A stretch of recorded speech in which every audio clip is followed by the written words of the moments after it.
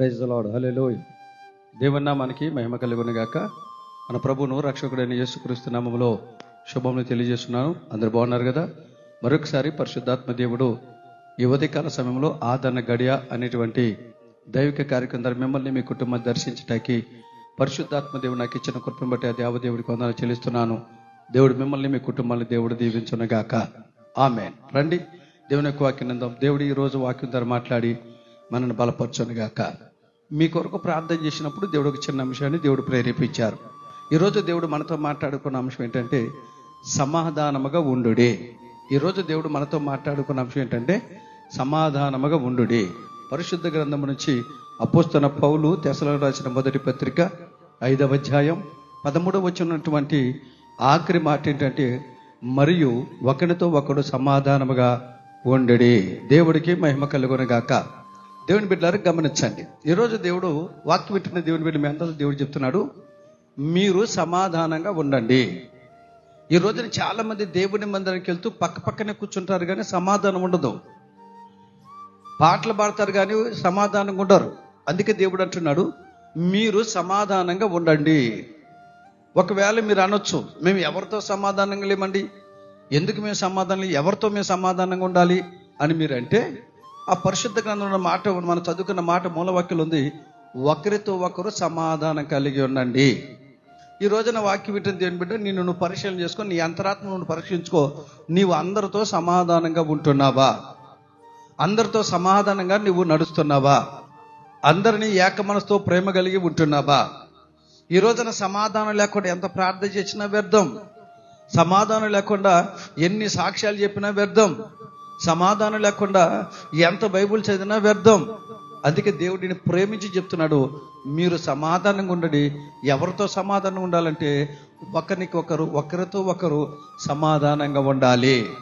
ఈ రోజున సమాధానంగా ఎందుకు ఉండాలి తెలుసా? సమాధానంగా ఉండమని దేవుడే చెప్తున్నాడు. మత్తయి సువార్తలో 5వ అధ్యాయంలో 9వ వచనం మాట తెలుసా? సమాధానపరచబడు వారు ధన్యులు, వారు దేవుని కుమారులు అనబడుదురు అని ఉంది. యేసు ప్రభువే చెప్తున్నాడు, ధన్యతలో చెప్పాడు, మీరు సమాధానంగా ఉండండి అని. ఎవరు సమాధానంగా ఉంటారో వారు ధన్యులని లేఖనాలు చెప్పబడుతున్నాయి. మరి మీరు ఎందుకు సమాధానంగా ఉండలేకపోతున్నారు?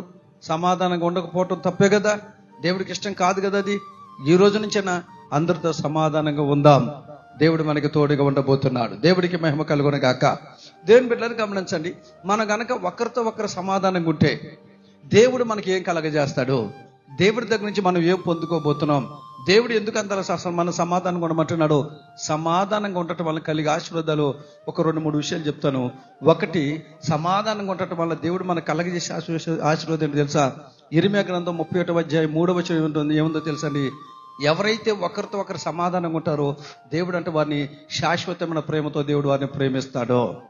ఈరోజు దేవుడు నేను ప్రేమించాలంటే, ఈ రోజున దేవుని సంకల్పం నీ జీవితంలో జరగాలంటే నువ్వు అందరితో సమాధానంగా ఉండాలి. ఎందుకు దేవుడు సమాధానంగా ఉండమంటాడు తెలుసా? ఎవరైతే ఒకరికొకరితో సమాధానంగా ఉంటారో వారిని దేవుడు శాశ్వతమైన ప్రేమతో ప్రేమిస్తాడు. మనుషులు ప్రేమిస్తారు కొద్ది కాలమే, కానీ దేవుడు శాశ్వత కాలం ప్రేమిస్తాడు నువ్వు సమాధానంగా ఉన్నప్పుడు. రెండవది, మనం అందరితో ఒకరు సమాధానంగా ఉంటే రెండవది దేవుడు మన జీవితంలో చేసే మేలేంటి తెలుసా అండి? అపోస్తలుల కార్యాల గ్రంథం 18వ అధ్యాయం 10వ వచనం మాట ఏంటో తెలుసా? ఎవడునో నీ మీద హాని చేయకుండా దేవుడు కాపాడుతాడు. నువ్వు అందరితో సమాధానంగా ఉండవనుకో, నీ మీదకి ఎవడు హాని చేయటానికి రాడు. దేవుడు నీకు కాపుదలుగా ఉంటాడు. దేవుడికి మహిమ కలుగునుగాక. ఈ రోజున సమాధానం గొప్పతనం అది. ఒకవేళ నువ్వు అందరితో సమాధానం ఉన్నావనుకో, ఎవరు నీ మీద పగండదు, ఎవరు నీకు హాని చేయాలని చూడరు. అందుకే దేవుడు చెప్తున్నాడు, మీరు ఒకరితో ఒకరు సమాధానంగా ఉన్నది, ఎవడు మీకు హాని చేయడు. ఆఖరికి ఇంకో మాట చెప్పనా? ఎందుకు మనం సమాధానంగా ఉండాలి? ఒకరికొకరు ఎందుకు సమాధానంగా ఉండాలి? సమాధానంగా ఉండమని దేవుడు ఎందుకు చెప్తుందంటే, అందరితో ఒకరికొకరు సమాధానంగా ఉంటే మూడవది దేవుడు మన జీవితంలో చేసే కార్యం. యెషయా గ్రంథం 49వ అధ్యాయం 16వ వచనం మాట ఏంటి తెలుసా? వారిని తన అరచేతిలో దేవుడు చెక్కుకుంటాడు. దేవుడికి మహిమ కలుగునుగాక. ఈ రోజున దేవుడి బిడ్డలు గమనించండి, మనం సమాధానం కూడా చాలా ప్రాముఖ్యం. ఈ రోజున మనం కనుక సమాధానంగా ఉంటే ఆయన తన అరచేతులు చెక్కుకుంటాడట.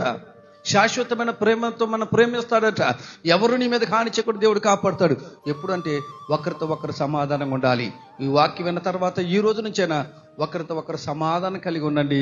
తన అరచేతులు నేను చెక్కుకొని దేవుడు తనకి శాశ్వత ప్రేమతో ప్రేమిస్తూ ఏ హాని చేయకుండా దేవుడు నిన్ను నీ కుటుంబాన్ని కాపాడునుగాక.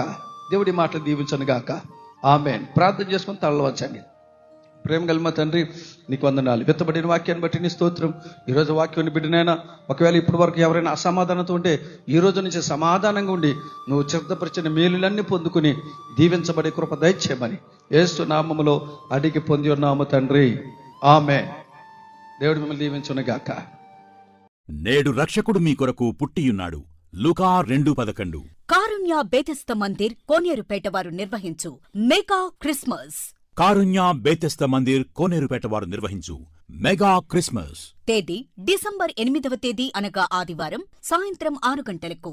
స్థలం ఎగ్జిబిషన్ గ్రౌండ్స్, నూజివీడు. వాక్యోపదేశకులు అంతర్జాతీయ వర్తమానికులు బ్రదర్ ఎం అనిల్ కుమార్ గారు, AWE మినిస్ట్రీస్, హైదరాబాద్. నీ సమస్యకి పరిష్కారం నువ్వే, వేరే వాడి వైపు చూడకు. ఎందుకంటే ఆ సామర్థ్యము నీలోనే పెట్టాడు దేవుడు. హల్లెలూయా. నీలో ఉన్నవాడు ఈ లోకంలో ఉన్నవాని కంటే గొప్పవాడు. సువార్త గాయకులు సూర్యప్రకాష్ గారు. సభాధ్యక్షులు పాస్టర్ టి ప్రభాకర్ గారు. Music Chintu keys and team. అందరికీ ఆహ్వానం. ప్రేమతో ఆహ్వానించువారు పాస్టర్ టి జ్యోతివర ప్రసాద్ గారు మరియు సంఘ సభ్యులు.